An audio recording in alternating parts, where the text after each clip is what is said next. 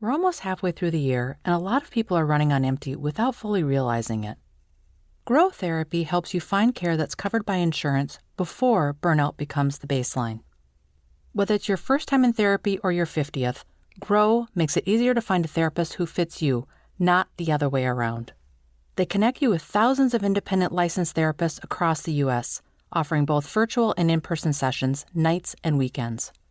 You can search by what matters, like insurance, specialty, identity, or availability, and get started in as little as 2 days. And if something comes up, you can cancel up to 24 hours in advance at no cost. There are no subscriptions, no long-term commitments. You just pay per session. Grow helps you find therapy on your time. Whatever challenges you're facing, Grow Therapy is here to help. Grow accepts over 100 insurance plans, including Medicaid in some states. Sessions average about $21 with insurance, and some pay as little as $0 depending on their plan. Visit growtherapy.com/booknow to get started. That's growtherapy.com/booknow. growtherapy.com/booknow. Availability and coverage vary by state and insurance plan.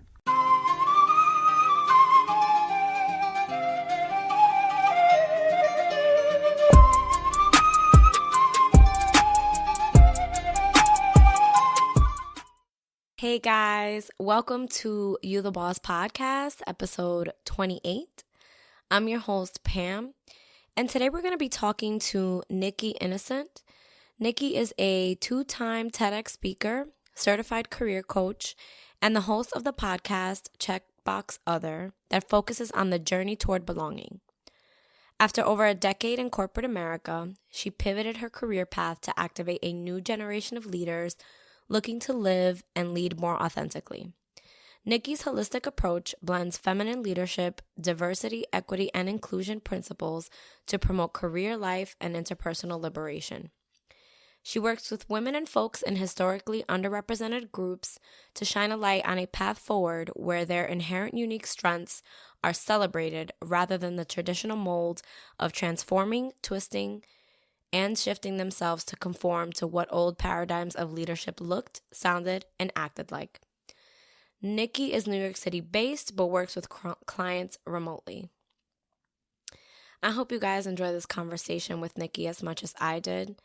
As always, look out for her information in the show notes. Hi, Nikki.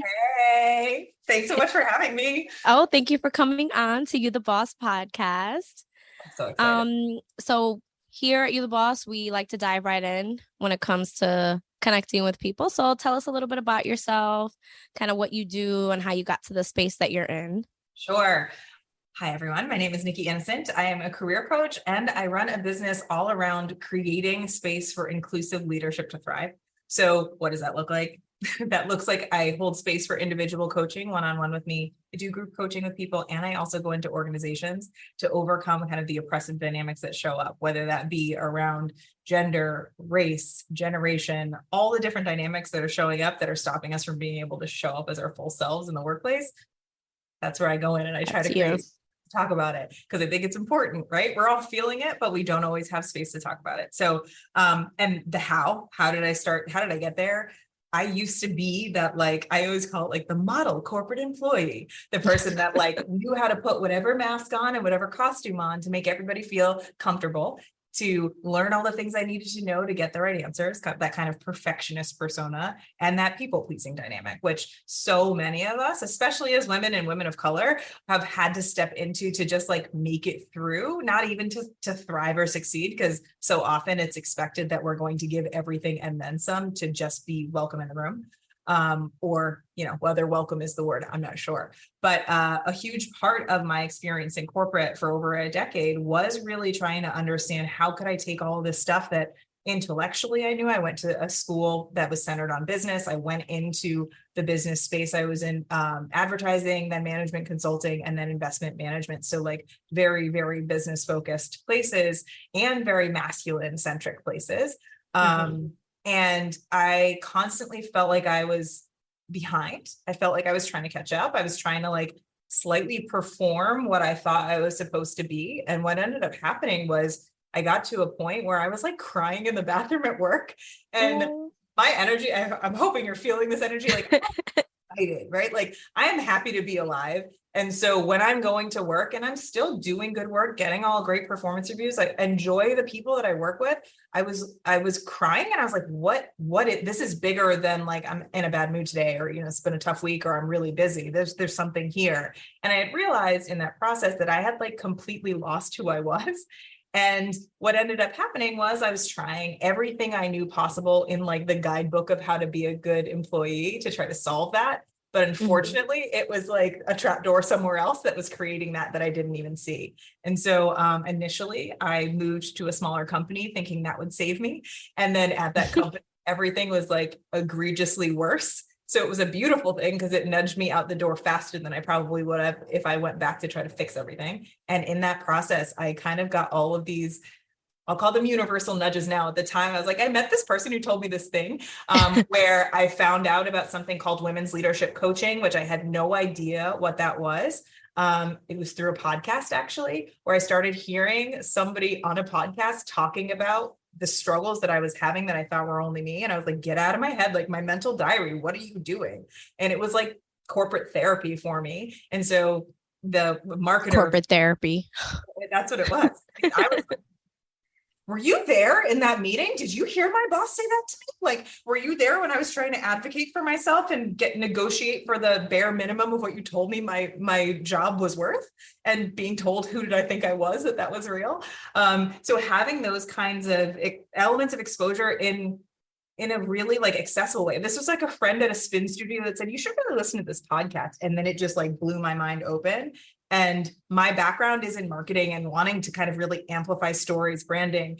And I was like, I need to tell more people about this. And that led me to actually going through the certification and becoming a women's leadership coach. And in that process, I had somebody else come into my world at the time who was also a fellow entrepreneur and said, I think that we want you to be our first cohort of diversity, equity, and inclusion facilitators for our organization in Boston, in the tech scene, really creating space for more women to be stepping into the STEM professions. And so I got to be a part of like the kind of the people coming up, what is it, the get on the elevator at 0 and really go through the process of not only understanding and helping craft a bit of the programming, but actually be the face in these organizations that were having these conversations for the first time.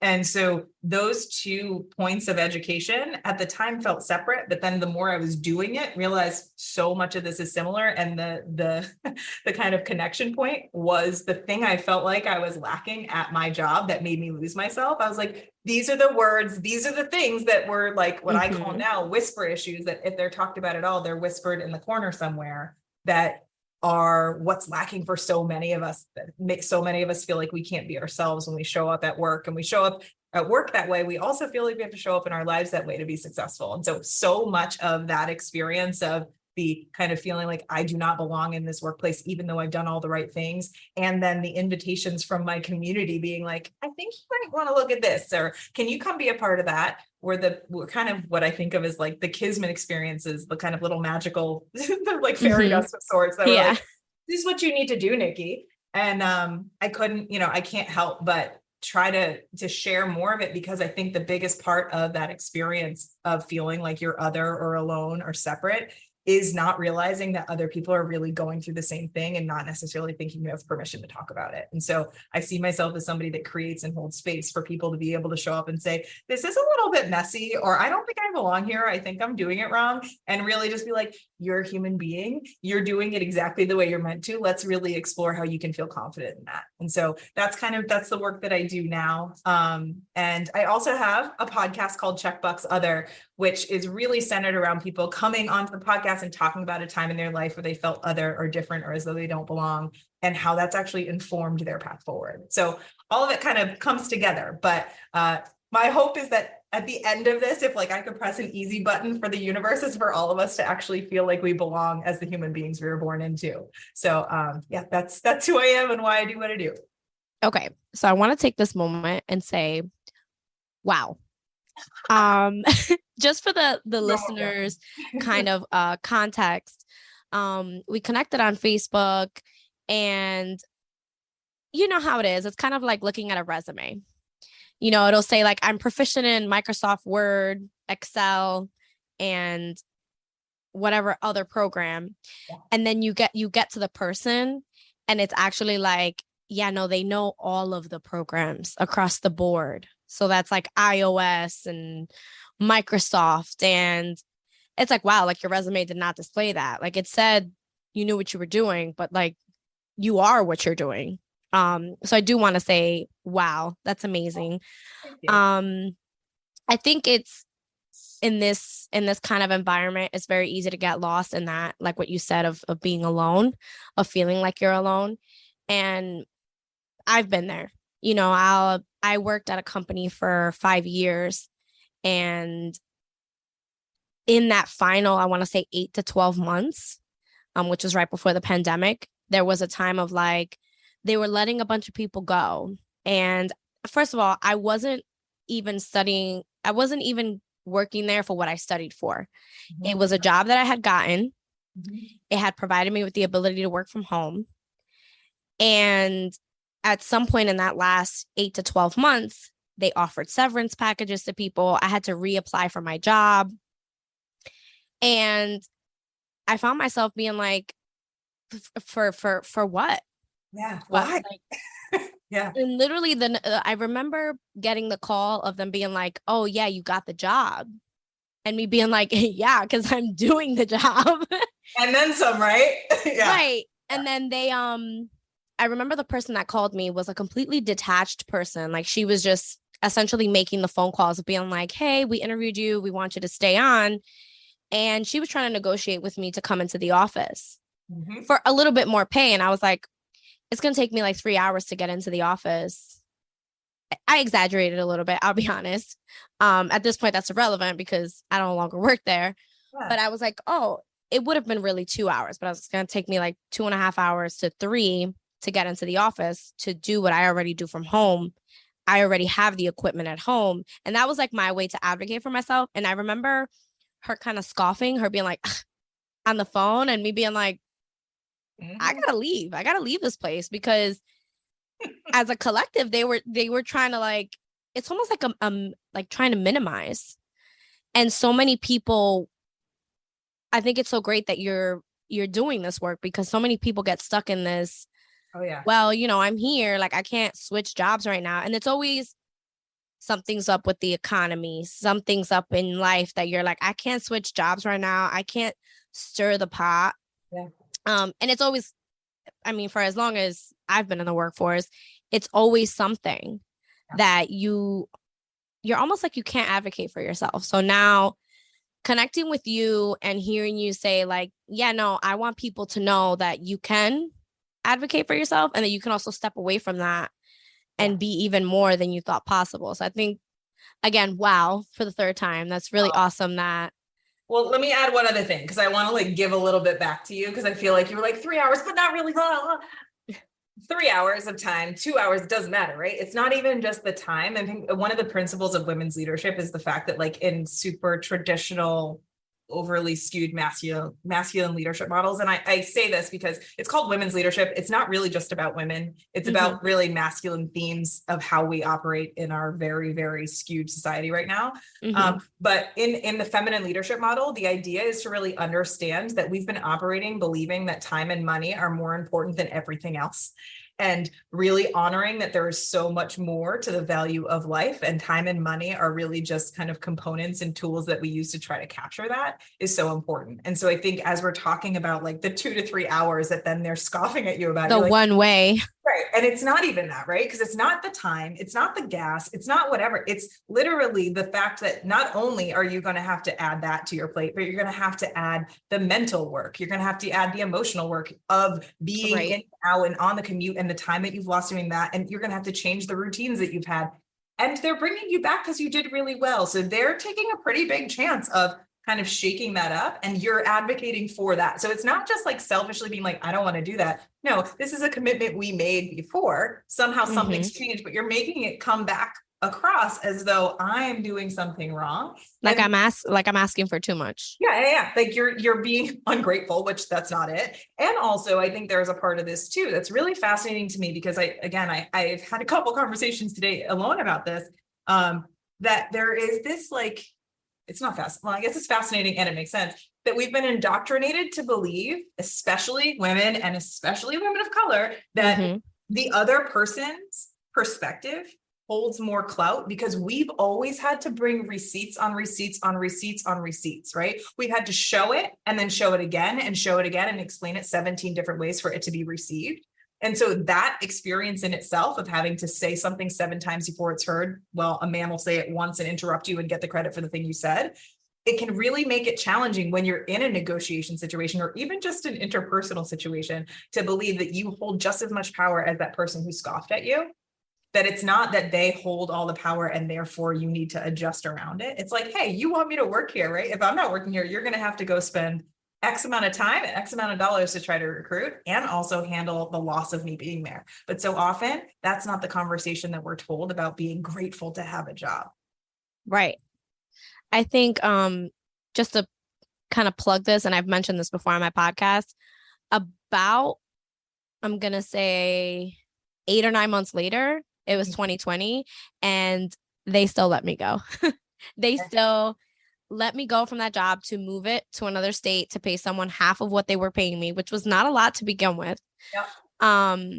So I felt even more that I'm like, I'm glad that I didn't say, you know what, I'm just going to travel the 3 hours one way to come in. And so I'm in New Jersey, and it would have been some part of West Jersey to go into like Lower Manhattan, where like the financial district. I'm like, why would I do that? Yeah, I would be getting up at whatever time to come work. I'm going to spend half of my paycheck just commuting. Yeah. So in that time of, I guess, negotiation, which a lot of the time, like you mentioned, we don't see, I'm not negotiating.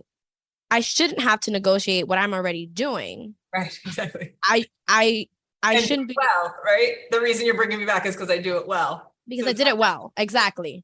Yeah. I saved you literally the interview process with whoever else to have to teach them the systems, invest in the computers and all that other stuff for you to almost be offended, you know? And I think I'm interested to kind of ask this question. It just kind of came to me while we were talking. When you sit down with the ideal person, and you're talking to them about negotiating, because whenever I think of negotiation, I think of money. And I realize that they're not always linked. Like when you're negotiating, let's say respect, for example, first of all, you shouldn't negotiate respect, but for the sake of the example, when you're negotiating that, it's not so much that you're looking for money or you're looking to be compensated. It's like a bargaining system. So like, if I present this to you, I would like for you to present me with this. So whenever you're talking to, let's say, a client or someone that you've connected with and they're having a problem advocating for themselves or negotiating, what's something that you bring to their attention as far as them being able to negotiate for themselves? Well, I always, it's funny. I think about so I went to a business school, right? And so in business negotiation, like they have a whole class on it. They have all these things. Or you have a 90-minute workshop. So you're supposed to have a script and you're done, right? And there are beautiful— the elevator speech, they call it. Right. Yeah. Advocating for yourself. There's a whole bunch of different ways you can do that, right? But I think the thing is, and TikTok, those of you who enjoy TikTok, and there are people that do amazing scripts for you to be able to follow through, go for it. If it feels like it fits right for you, give it a shot, try it out. For me, when I think about negotiation and I think about the kind of respect element, which I think is the umbrella, right? Mm-hmm. That the money part, it shows itself through different means. But like really what you're trying to create, and especially what we're experiencing as a huge amount of people are leaving their jobs, people are getting laid off without kind of any explanation. Explanation reward. But that's the part for me is like, I graduated in 2007 to 2008. My first job I had day one, I shouldn't say half the company, a bunch of the company got laid off. Like I remember being like, wow, they're having an all staff meeting for my first day. How great. And they were like, by the way, bye. And it was like, wait, my friend who brought me in, she ended up getting laid off. It was awful. And so it's like layoffs themselves are not something that are going to be pleasant, right? But I think there's a big part of this that we lose when we start trying to make negotiation like one thing or the other. I think that the biggest element, the kind of respect level umbrella, is about reciprocity. And so when you're stepping into an exchange with somebody, whether it is in work or in life, and you feel as though the seesaw is like completely unbalanced and you're doing all the work to move it up and down, you feel completely undervalued, you feel exhausted by the exchange before you ever have it, you feel like there's somebody that's like a leech sucking the life out of you and then asking you for more. Like those are the types of things that like are really, really important to honor and acknowledge as you're thinking about how you want to potentially approach a negotiation and what you want back. Because I think there is a part of this where like you can advocate for money all day, but if you're in a place that is completely disrespectful, no amount of money is going to take care of you in the way that you need to be respected as a human being. Because again, though we've been taught time and money are everything. Yeah. The thing about this is, right, the time is a finite thing for you, but if money equals time, then you're willing to take a certain amount of money to lose that time in your life. And at the, we hear this all the time from like hospice folks, like the last thing people are thinking about isn't the amount of money they have when they're taking their last breath. And so really giving yourself that level of viewpoint, I think when you're stepping into a conversation that might be a little bit emotionally charged, especially if it's a negotiation thing where you're like, I'm advocating for my worth and like, they're going to tell me no, that's not a really easy thing to swallow. But what you're really trying to do is say, hey, I am worthy. And what's happening right now is not actually honoring my worth. How can we try to make this a situation where we're whole, where we are feeling reciprocal? So I think it's important to kind of level it at that and not just about dollar and cents or, equity, how much equity you're getting and all like just there's packages, right? They'll be like, oh, well, maybe your salary is this, but like here are all the things in your package. Great, cool, wonderful. But also I feel like shit here. So how can we fix that? I think that's an important thing to acknowledge, right? The other side of this that I always with my clients, I talk about coming into the situation, understanding the overarching dynamics that are happening in the workplace. So not necessarily thinking that you are a silo as an individual by yourself stepping into this, but understanding like, here's how I show up in this space, but also here's how this space is constructed. Here's where my boss is coming from. Here's what their perspective is. Here's the kind of influences that are helping them make this decision one way or another, to really understand that like, this isn't just negotiation. This is when I talk to people about conflict resolution. We're groomed to think when we have these types of conversations that make us uncomfortable that like it's us versus the other person on the other side, right? And so like even right now, we're doing a digital situation where like I'm two-dimensional, you're two-dimensional, I'm staring at you, you're staring at me. But what's happening, what I try to work with people on in my workshops as well, like I do this across the board, is really shifting the conversation from you against me to you and I against the problem. Because the problem is the thing where I don't feel appreciated in this job. So like, I'm either not going to perform as well as I could, or I'm probably going to leave, or there's going to be repercussions. And also you have some sort of confines of stuff that you need to unravel this knot of a problem that we have. So how can we find that reciprocal middle ground where we both feel respected and we both feel valued and worthy? And yeah, I think the part of this that's really challenging, I'm sure I like can hear this in the back of my head. So this is like, Nikki, we're talking together.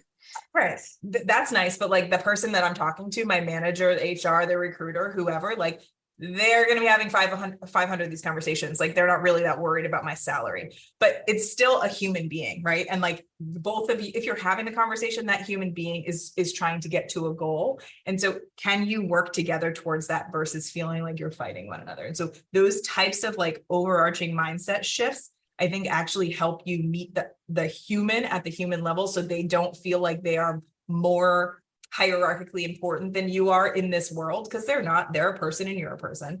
And it allows you to feel confident in who you are and not feel like you have to minimize or accept less than what you have. And like my body is even shrinking as I say this, because I think there is a lot of the way that we're set up in our workplaces to make us feel small. The other thing I'll just mention really quickly that a lot of companies use for their like you're talking about like the review model of apply here. Yeah, you're doing well, but like apply again.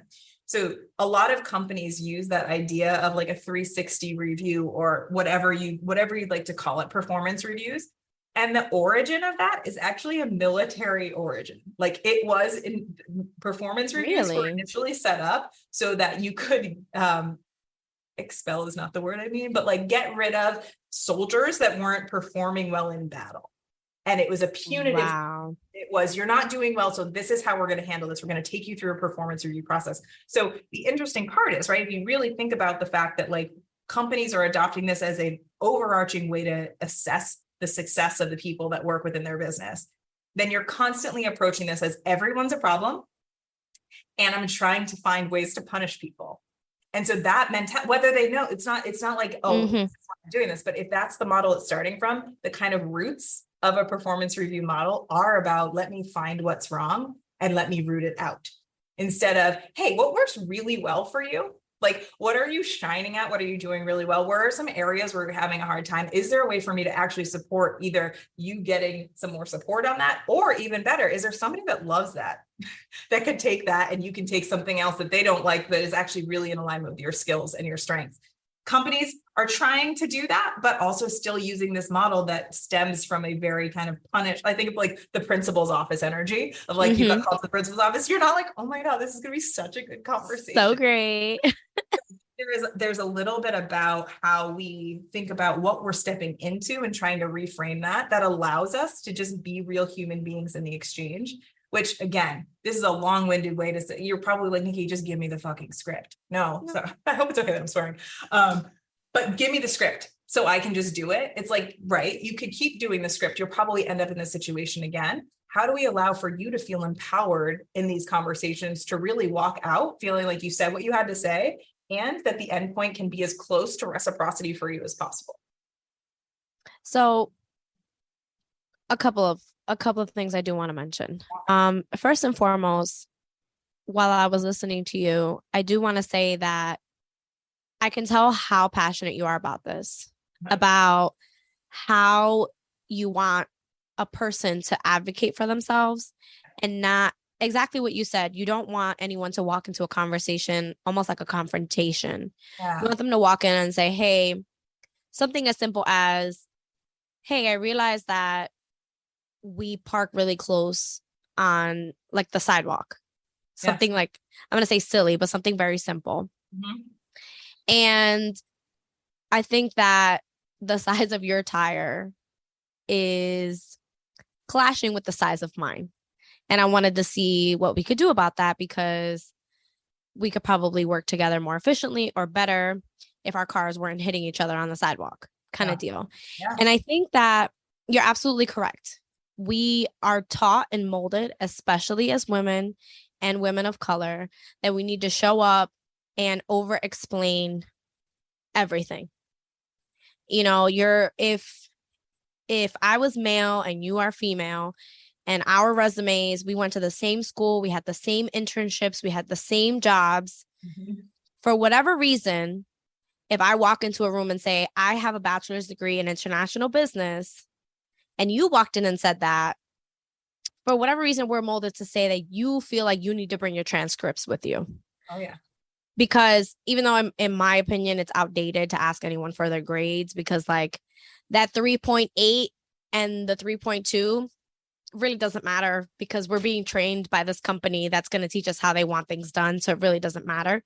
But for whatever reason, for women, it feels like we need to show up with our grades. We need to show up with recommendation letters and the referrals, or I'm probably saying that wrong, but we need to show up with people having our back. Basically, we need to show up with an entourage, where maybe in many industries, but specifically in business, men show up and it's like, yeah, I worked with IBM for however amount of time. And it's like, oh, you're hired. And it's like, oh, you don't want to hear that I was a janitor there? Like, you just want to hear that I worked there? Like, it's those kinds of things that I feel program us to think that advocating for ourselves or negotiating or bringing up a problem to any situation, it makes it feel like we're being combative or we're asking for too much, and it's very interesting right now, because the job industry, like having a career in anything right now, I would hate to be a supervisor right now,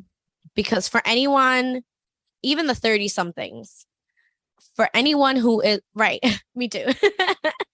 For anyone that is in that mindset and that is actually paying attention to this job market, if you're I'm going to say an old school, or if you're a more mature supervisor, you're getting a lot of pushback from people coming and saying, yeah, I don't agree with that. And maybe even still being scared to say it, but not feeling as scared. But I also feel that there's still so many of us that are still not bringing these things up. Yeah. A lot of us are still shy or scared to do so. Yeah, doesn't it? It makes sense. Yeah. It's interesting. I think so this is a part of the work that I do when I talk about generational dynamics, because part of it is, what year were you born? But another part of it is like, what model were you brought up in? Mm-hmm. To believe how you can kind of handle authority and how you move forward. And I think there's a part of this, especially like, I think that I'm in my late 30s. Yeah, that's what we call it. So I'm like, at the elder millennial stage, right? And the interesting part. Wait, elder millennial is late 30s? Yeah, so like 40 under, I believe, is 40 to, how old is my brother? So my sister and I are like the two sides of the millennial spectrum. So yeah, I think my brother's just on the cusp. He's 98. So from like, I think it's like 83, depends, but like, yeah, that hairy side. Yeah. So it's like so the reason I'm saying all this is that like a lot of us are still, millennials in particular, have been taught a whole bunch about how they're entitled, they're lazy, they I don't know a single lazy millennial. Like, I really don't.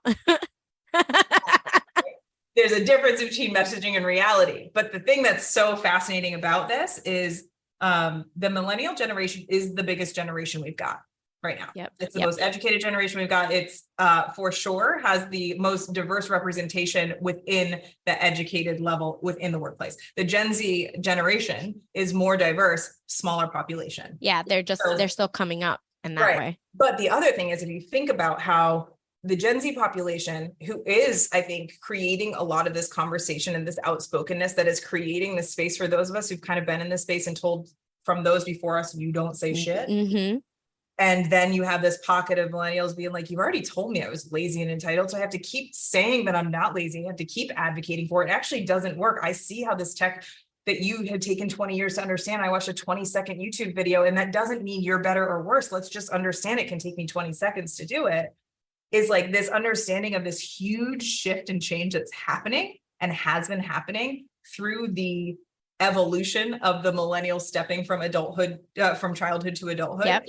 That is a really big shift and change for our entire, like our world. Society. Yeah.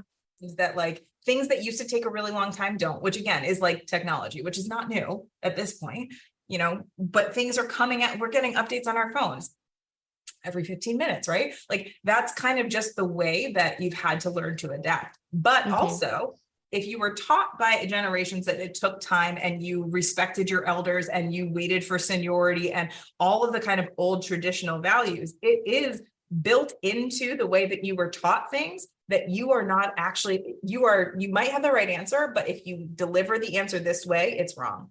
I always talk about, like, maybe this is my own personal thing, that's why I keep bringing it up, but like math problems in school, they drove me crazy because I was very good at math. But I'm good at arithmetic after that. But the way my brain works is different than the way they taught me math, right? And so in math class, it was great, get me the answer, but it was also show your work. And so oftentimes I would like get the answer, the teacher would be like, all right, show me your work. I'm like, do you want me to show it to you the way that I got there? Or do you want me to show it to the way that you taught me to get there? Because I got there faster because my brain does it differently. Not because like, I've got technology, I've got my Excel, whatever, none of that, but just the way I approached it was different than the way you were taught to teach it to me, or that you were taught it in the first place. And that space of understanding that people can get to the right answer, but maybe not have to go through the crap you went through to get there. Yeah. Or have to do it your way in order to be correct is the bigger picture of what we're dealing with right now. On a large scale, we're dealing with people that had very limited exposure to information. Even like growing up, it was like before the internet had everything, it was like you go to the library and look at an encyclopedia that's probably outdated. Or you had to ask someone that was older than you. And so that's all being passed through a very small, narrow lane of how information is given and distributed. It's for, like, you think about like even textbooks for school, like there was one type of textbook that every school got. It was like There are other people that can teach you history, which we're learning again and again. We're not really taught the full-fledged elements of the stories of our country for sure, and the world on top of it. And so there is an element of just really understanding that so often why we feel that hesitation isn't because we're flawed or we're broken. It's because we were taught a very specific way to be obedient. And so I will go and to back. not question. Oh, yeah. I'll go back. This is very similar, but it's not exactly the performance review thing, but it's disturbing how similar. So this I actually learned on TikTok, which I always like learn something on TikTok that I'm like, all right, let me do the research to make sure it's real. Yep. Same. So the education system in America is based on what is the Prussian education system, which was all around and centering obedience. So the way that we're taught, the way that we sit in our classrooms, the way that we're taught our subjects, the way that we're taught to be a good student are about us being obedient and homogenous so that we become robots. And so where we are right now, if we all became robots, we wouldn't be able to go anywhere or do anything. Like we are in a time right now. We wouldn't be having this conversation. Where innovation is a must, or else we cannot move forward because everything else is shifting and changing. So if we just keep in our robotic ways, it's like kind of, if you think about like, I think of like a robot walking and then the floor ended, but they can't see it. So they just fall over. Yeah. Because you don't know, because you're so programmed on it. And so as human beings, we're not meant to be robots, but we have been trained in such a way to think that if we use our mind, like I think of, there's all these movies that do this, right? Like The Matrix has this, there's like, I remember Pleasantville. I just recently actually watched The Matrix and I'm still finding like quote unquote the glitch in the Matrix. And I'm like, oh, if I fall in that hole, I'm done. Messes with you, right? It messes with you. But there are so many different versions of how this stuff shows up. And unfortunately, I think there is such a, I always talk about it about like scratching and clawing or like white knuckling, holding it so hard that you want to hold on to the past because it's something that you've seen and kind of worked to a certain extent, but you're very obviously seeing like the foundation. Yeah, but the foundation is crumbling. Like if nothing else, the last 3 years have shown us that the foundation of how we think about work, it wasn't able to translate into us going through a health crisis, and we're still in the midst of it. It hasn't been nimble enough and flexible enough to meet people where they are. It's not understanding that like one of the biggest reasons I stepped into this work was seeing the demographic data of our country and realizing we pride ourselves in, at least my entire life, have prided ourselves in and in those history books that only go back a certain amount. And being inclusive. But that we were taught that America was a superpower. But the numbers, if we continue on the track that we are, our population, as it is more diverse, will not be able to support our economic superpower status because we are excluding so many people within our population from participating that we won't have enough people to actually uphold so much of how we see ourselves as the best and the brightest. And of course, we're seeing that more now in the last few years because we're still stuck in a lot of our ways. We're paying attention more too. I have this conversation often. It's funny. I have friends in a lot of different avenues. So some of my closest friends, like I literally have off the top of my head, I have a blue collar female, an arts female, and a white collar job female, a lawyer, a dancer, and a machine operator. Literally like my top 3 close friends. And then the fourth is an entrepreneur. She started her own photography business 10 years ago and that's her bread and butter. So I say that because there's so many different facets of how much that has changed where, even I'm going to be 32 in a couple of weeks. So I thought I was an elder millennial, but now I'm not sure. Hey, you know what? Here's the thing. If you identify with the stuff I'm talking about, that's the point. The label isn't as important. Yeah. So 30 years ago, we were largely in a couple of different fields. And then the rest of it was kind of like, stay quiet, keep going kind of deal. What? We as women, you mean? Right. Us as women, yes, there were female lawyers 30 years ago. Yes, there were female judges, police officers, entrepreneurs, etc. But it was still a field where it was like you had a guy with you, you had a guy that was a mentor, that kind of a thing. So especially in the last 3 years, I say the last 3 years, but I think it really goes back in the last 10, but definitely the last, my one of my cats is here trying to pay a visit. Stop it. Sorry. So in the last 3 years, really, first of all, we've been paying so much attention. I don't normally bring politics up, so I'm not going to say names. I'm going to say very much, I think the 2016 election was the first election that our generation was very heavily invested watching. Because of social media, because of these advances in technology, we all started to kind of see that this previous generation programmed us to obey our elders, which I happen to think is not a bad thing. I think listening to your elders or respecting your elders is really just the foundation of respect everybody. Right. Like not just your elders.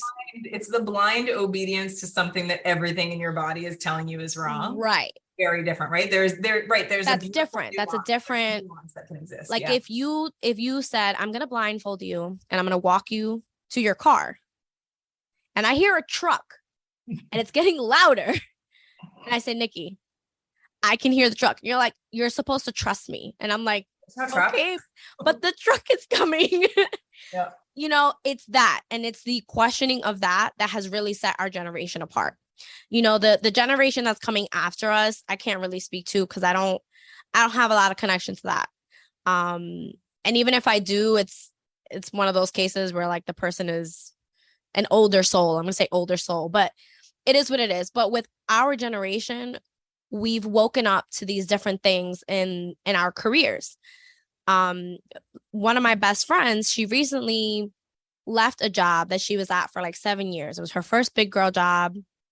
And she left this job because she was already doing 3 or 4 people's jobs there. She works in the South, so there's just a difference of opinion when it comes to women in the workplace. And she was told, make sure you wear high heels and lipstick to work. Like, what are you doing? Which I don't think there's anything wrong with that. You should dress how you want to dress. But for you to tell me to do that at work, and I'm not in that field industry, that's a whole other thing up for debate. So she's there for 7 years. She's doing the work of multiple people, kind of not really being appreciated, kind of like getting in trouble for things like you wrote that in red ink instead of blue ink. Mm-hmm. And she didn't get a raise over the last 2 years. Mm-hmm. There wasn't even really much of a bonus when there was a hurricane that happened. It was just kind of like, you guys can work from home during the pandemic for the first 6 to 7 weeks and then come back into the office and we'll figure it out from there. So she finally sits down with her actual boss and is like, hey, I want to negotiate my salary. I want like an extra $10,000, $15,000, like, which really is $7,000 extra after taxes. Like, it cut it in half, honestly. And her boss was like, okay, we're going to bring this to HR.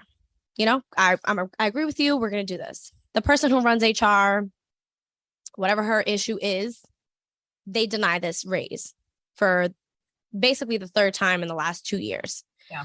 So she scrambles and gets her dream job and was like, I'm leaving, bye.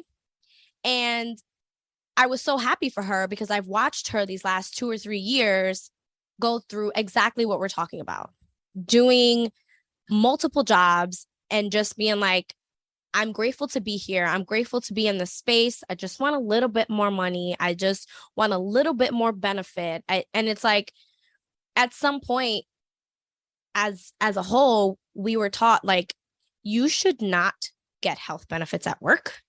And you're like, what do you mean?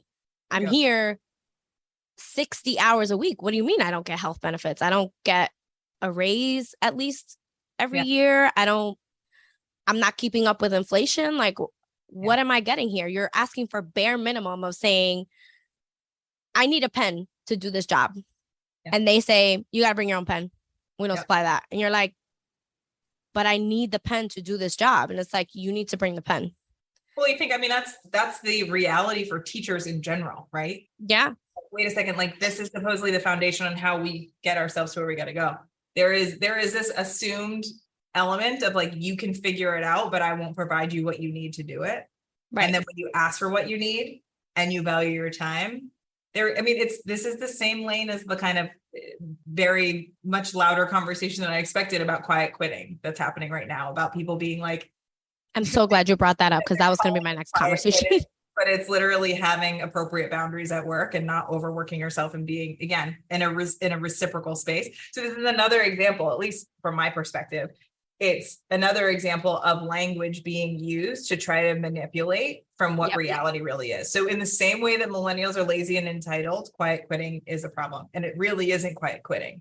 You're not giving up. You're saying, so this is not appropriate. I'm only going to do what you're paying me to do. And these are the things. I'm really glad that you brought up quiet quitting, because when I initially saw that the first couple times in headlines, I thought it was like, it's going to sound very silly, but it is what it is. Yeah. I thought it was like people were just handing in their resignation letter and leaving. Yeah. And I'm like, ghosting the entire, yeah. I'm like, I'm not really a fan of ghosting anything. So what's going on here? And then I read a little bit more on it and I'm like, that's not quitting.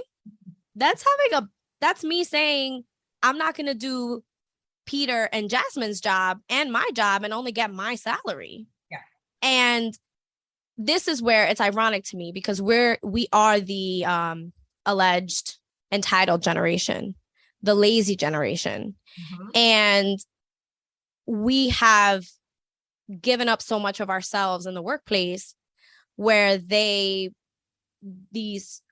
older generation thinks that they're entitled to that mandatory time that we were doing basically free work or whatever it was that fits whatever industry. Mm-hmm. So it's actually really funny to be considered the entitled generation or the lazy generation when we are literally the workforce right now. We have literally made it that we put GPSs in phones so that if you're walking somewhere, you can literally GPS yourself on foot. We have made it so that, like you mentioned before, there's certain things that, like, there's certain math that on paper in my school transcripts didn't look as good because I got the answer, but I just maybe couldn't communicate how I got the answer. I couldn't show the work. So it's like, do you want me to show you why I got there, or do you want me to show you how I got there? Because either way, I'm getting there. Isn't that what we asked for? Do you care that I got there? I mean, that's the other part, right? So there's a couple things coming up. I think there's one big part of this that, like, I love therapy. I advocate for anybody to go to therapy if they have the opportunity, or invest in their education around their mental health if possible. Mm-hmm. And I think there's a huge part of what we deal with, which is something that I feel like was started a little bit in what you were talking about 2016, how, like, it seemed the most engaged people have been around. At least for me as an adult, yeah.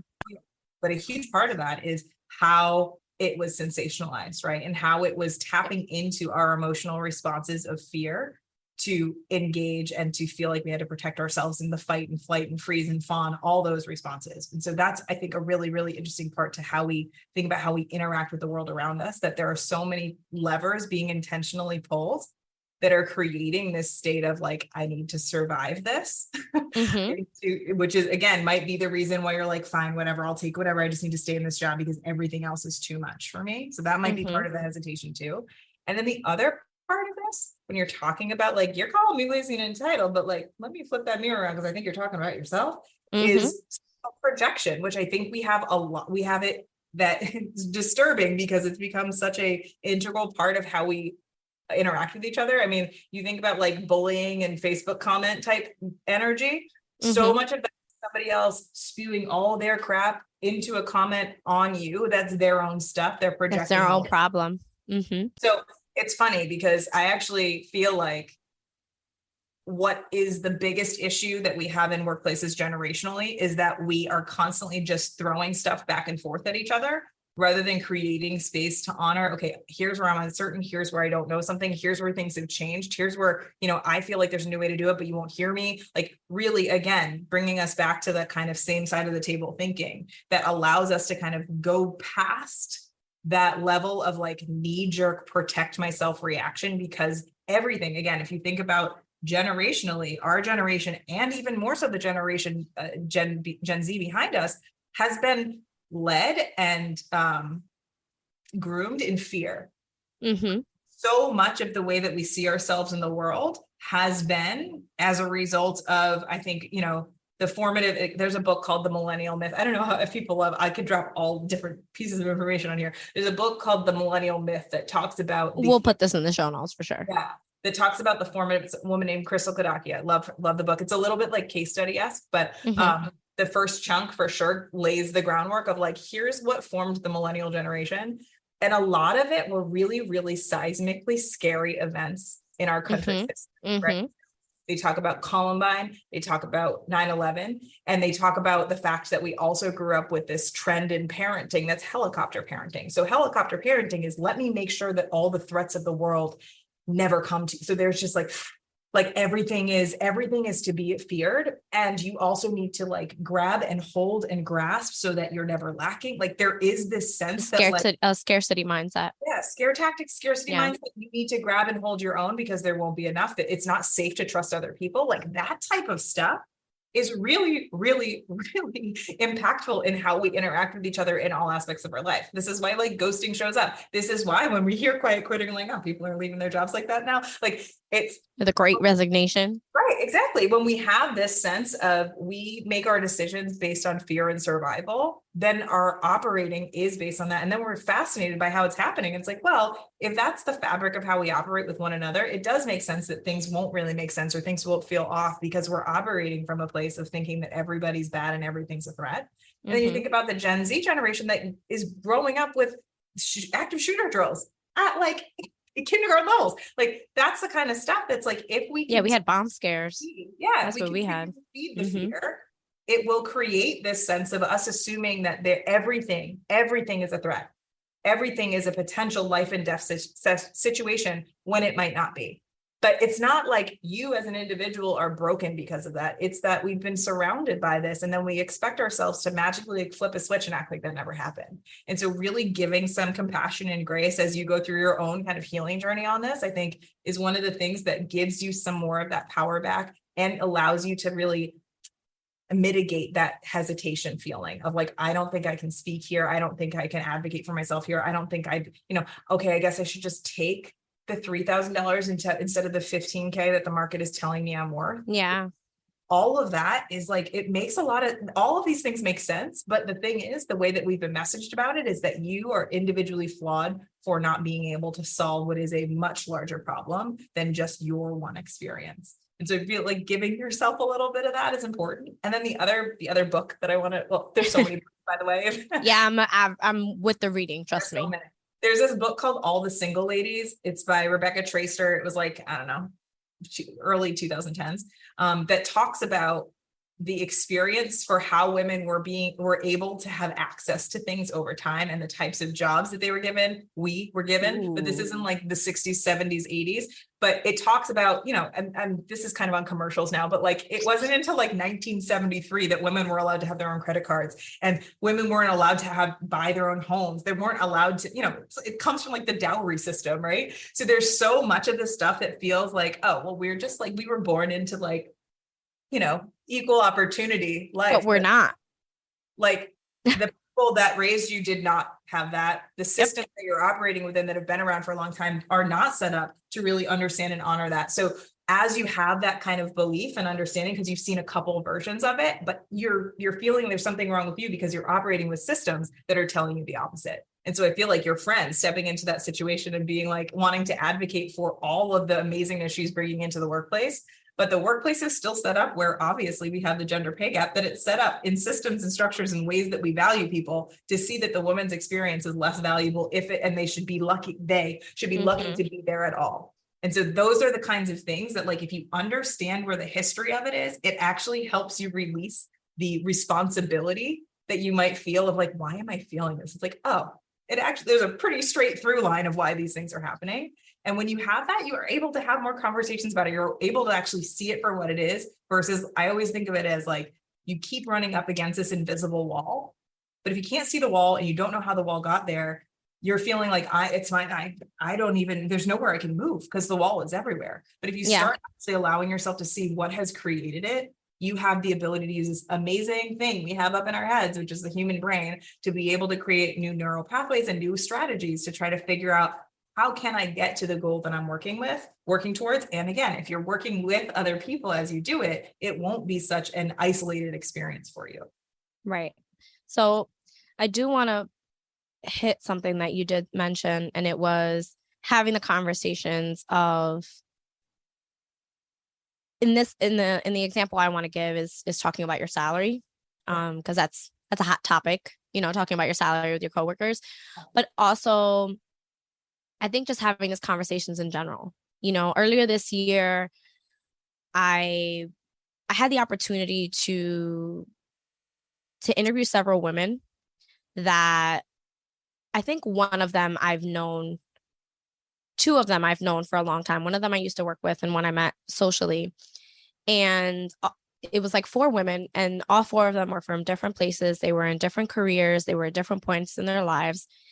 And I felt such empowerment in speaking to them because every one of them made some kind of a change in their life because they were having a conversation and they were like, that's not right. And I know that for a lot of us, it's always like, yeah, but I'm not that kind of person, or I'm not confrontational, or all these, like, I'm going to say nonsense, not making them any less than what they are, but all these nonsense excuses that have been pushed upon us to make it sound almost like it's wrong for you to show up for yourself. Because you literally, the example I can use is if I got into a car accident and the person literally took their car and rammed it into mine, I have the right to say, what are you doing? You hit my car. Why is that any different than being at a job, being in any situation and saying, hey, I'm not being treated right? And why is it any less legit than the person literally, why? Because you don't think that you're treating me wrong? And so in having these conversations of, like, my friend who was at this place for 7 years, and I felt that she should have left 3 years ago. But literally when she had been constantly interviewing and whatever, the rest is history. When she finally hit that place of being like, this isn't right. Yeah. Like, I think it came down to something so small, Nikki, as this person said, I missed this. Mm-hmm. And when I approached and like, hey, Bob, it was brought to my attention that I missed this email. And I realized that I did miss the email. You just never responded to it. And Bob was like, I have no idea what you're talking about. I never said you missed that email. It was something that small that pushed her in the direction of, oh, I'm glad I had that conversation. I'm glad that I stepped out of place and said, hey, I'm sorry I wasn't that good. How can I be better? And I think it's so important that we surround ourselves with that kind of mindset, even if it's with strangers. Because, sometimes everyone's always like, I don't want to bring that up with my friends. Or maybe there's even a hesitation, which was taught to us, that we can't learn from our friends, that we have to learn from someone in an authoritative place, which is hilarious because, like, we just met literally. What was that? How'd they get there? How'd they become an authority? Yeah. Right. They got there because they were someone's friend. And that's how that conversation. But like me and you, we're not meeting physically. We're meeting over a virtual setting. And I already feel like if I wanted to bounce some kind of idea off of you, I could say, hey, Nikki, I had this thought. I wanted your opinion on it. Not because we're like BFFs all of a sudden, but because these are the rooms that we're putting ourselves in. And so I think it's so important to have these conversations yes, with our careers, but also as an entrepreneur. If you feel like it's time to raise your prices, if you feel like you're seeing that in your industry, others are making more money and you want more money, ultimately, no, we're not minimized to just making money or just spending our time. But like, if I'm putting in this great work, I want to be compensated. And I think it's so important to have these conversations, which leads me to the question of, and we're going to wind down a little bit here so I can give you back some of your time. If right now someone came to you and they were on that, where you started, where you were like going to the bathroom at work and you're like, I'm doing all these things and I just don't get it. It's not clicking. A and B do not connect. What would be like the 3 things that you would say to this person right now to help them or guide them or maybe even make them feel better about their current place? Okay, three things. I think the first is you're not crazy. I think that goes back to what your friends going through this experience and being like, you've been like, I think she should have left a while ago. And then it being like the straw that broke the camel's back was like literally like so often we reason ourselves to stay in a situation to the point where we start feeling like we can't trust ourselves and we can't trust the situation. And especially again, when I'm hearing that happened with her coworker, sounds like a nice little sprinkling of gaslighting, just a little bit. Yep. And those are the types of things that like, if that's what's breaking, it was broken a while ago and you've been giving all you can do. Right. And so really honoring the fact that if you are in that spot where you're like, I don't know what other angle I can go at this with, honoring the energy you've put towards it. And it doesn't necessarily mean that you're broken or flawed or wrong. It's okay for something to not work.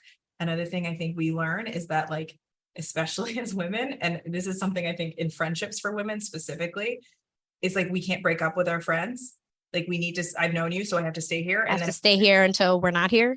Right. And it's the same thing. It's again, you think of the dowry system, right? Like you were given to somebody, you didn't have a choice. Like there's a lot of the way that we operate that we think that by acknowledging something's wrong or leaving something that's bad, that that's something that we need to hold and be ashamed of. And in reality, like those are the things that we need to continue to move ourselves forward. Sometimes it's not that you can fix something. Sometimes you need to leave a situation and that's okay. Right. So I'd say that the first part of this is really honoring that, like, that feeling in you is not crazy. It's not wrong. Real. Yeah. I think there is a part of this that is really like, I think, again, you touched on this of finding a space where you feel like you can have some of this feeling live outside of you. So some people will not feel comfortable saying this out loud to people. Some people are I think of it, I guess a little more introverted is what I'll say, but I'm not sure if that's exactly what I mean, but somebody that might want to process it, but not necessarily be ready to like go on the stage, whether that stage is in front of one person or a group of people. So I encourage you to like journal it, write it out. So it's outside of your body. Do it. Another thing I have people do in coaching is literally go to your phone, turn on the voice memo and just talk into your phone. Just talk by yourself, get it out of your body. Yep. That's a really important thing to do when you are. And I wish that, like, how old was I? 27, 28-year-old me could have gotten it out of my body. And trust, I was going to therapy every week. Like I had places to be talking about this, but it wasn't as directed about like, these are the elements of where I am that don't work. It's just, I need a new job. I need a new job. I need a new job. I'm not doing something right. I'm not doing something right. So it was a kind of repeating of like very shallow, but also not shallow, like really large limiting beliefs that didn't allow me to use the wonderful parts of my brain to see other things. So I think just really getting it out of your body would be a really important thing to do. I personally have created in my business a group coaching experience where people can come, and it's not necessarily to leave a job. You can do that, but I have people that are, come after they've gotten laid off, come when they're in a job and trying to be a new manager. I have people that are trying to negotiate, dealing with conflict, deciding whether or not they want to start a business that was their side hustle into a business. So many different things. We don't have these arenas where we can talk about this stuff. So if you can do that, that's amazing. I think really finding some people in some places that can at least bear witness is a really powerful thing. Because again, once you say it out loud and it escapes your lips, it's not as scary as it was. It's like the boogeyman, right? You go and you look in the closet, the boogeyman's out there. That kind of feeling of just like letting it live and breathe. And again, a little bit more woo-woo, but like the power of you saying it out loud gives the opportunity for that to manifest into reality. And so trying really hard to not shove it down, because I think a lot of this, like getting small and being quiet, is swallowing a lot of this stuff. And if you are somebody like me, I had crazy GI issues because I was constantly like internalizing. My physical body knew what was happening. And my intellect was trying to like reason, oh, it's because I can't eat this. It's like, no, girl, you're living in a place that literally will not let you speak, will not let you express, will not let you solve the problems. So your body is starting to reject the situation. And I guess the third, I'll say this, the thing that I think is the most important thing to do to give yourself that confidence that I think oftentimes when you're crying in the bathroom, you're like, I just need to get out of this bathroom right now. I can't be like the most empowered version of myself. Thinking of quitting, like that means I have to go look for another job. Like that feeling of just like drain on drain on drain. I have no time. I can't sleep. And when I do sleep, I'm dreaming about my job. That feeling of just like that cycle is really, and I think this is fun. This is how I have most people work with me, is I have you start to get to know yourself. So start really like just giving yourself some room to get to know who you are and how you operate, and allow for that to be a gift back. Allow for that to be food and nourishment from that kind of, think about it like you're eating food, but it's not filling you up. Allow for that to be the food that starts to fill you up. So you can start witnessing yourself outside of the identity that you've created or has been created for you of who you are at that job. So those would kind of be the three things that I would say. One, acknowledge you're not crazy. You are not. What you're experiencing is very real. And it is important for you to acknowledge and honor that. And your intuition that's telling you this isn't right for you is important. I think 2 is create an opportunity for it to get outside of your body, whatever way feels comfortable for you. And maybe it might feel a little uncomfortable, but a little uncomfortable is okay. Yep. And then the third part is really giving yourself the opportunity to invest in understanding who you are and how you operate. So then as you step forward, you can pull from those muscles that are really strong that you already have, but might not have been able to be used where you are. Okay. And I kind of want to wind down a little bit. Where can we find you? Where can we connect with you? Are you on the socials, the LinkedIns? Yes, I'm on the socials. It's at Nikki Innocent, 2 Ks and an I, innocent, like the opposite of the word guilty, on all the socials. I'm on LinkedIn. You can go to nikkiinnocent.com. That kind of shows you the stuff that I've got going on. If you're interested in working with me, nikkiinnocent.com/coach-me are the 2 kind of main ways that people can work with me in a coaching setting. And then I also have my podcast. If you want to have a listen, it's both those interviews of the other stories, but I also sprinkle in some solo episodes. And if you can't tell, I sprinkle in a lot of coaching stuff. I sprinkle in a lot of the stuff we've been talking about, both in my interviews with other people and in those solo episodes. So I hope that something is resonant and helpful for you. I really, I feel like my purpose for being here is to create spaces where it's okay for people to be who they are. And in turn, that also creates spaces for me to be okay, who I am, as somebody that has lived in the middle and in the in-between for so much of my life. It's been something that's really challenging to be like, do I fit here? And so intentionally creating those spaces and honoring those spaces and recognizing them is so important. So I hope that you join me in one, because again, your story is uniquely yours, and I'm obsessed with them. So like the nourishment elements I was talking about, hearing people's stories and getting to meet people is one of the things that really lights me up. So nikkiinnocent.com and at Nikki Innocent on all the things, or checkbox other are really, really good ways to kind of stay connected. Well, awesome. Thank you so much for coming on to You the Boss, Nikki. And I look forward to us chatting again in the future. Yes, thank you so much for having me. I am so excited for you. This is such a wonderful podcast. So thank you. Thank you.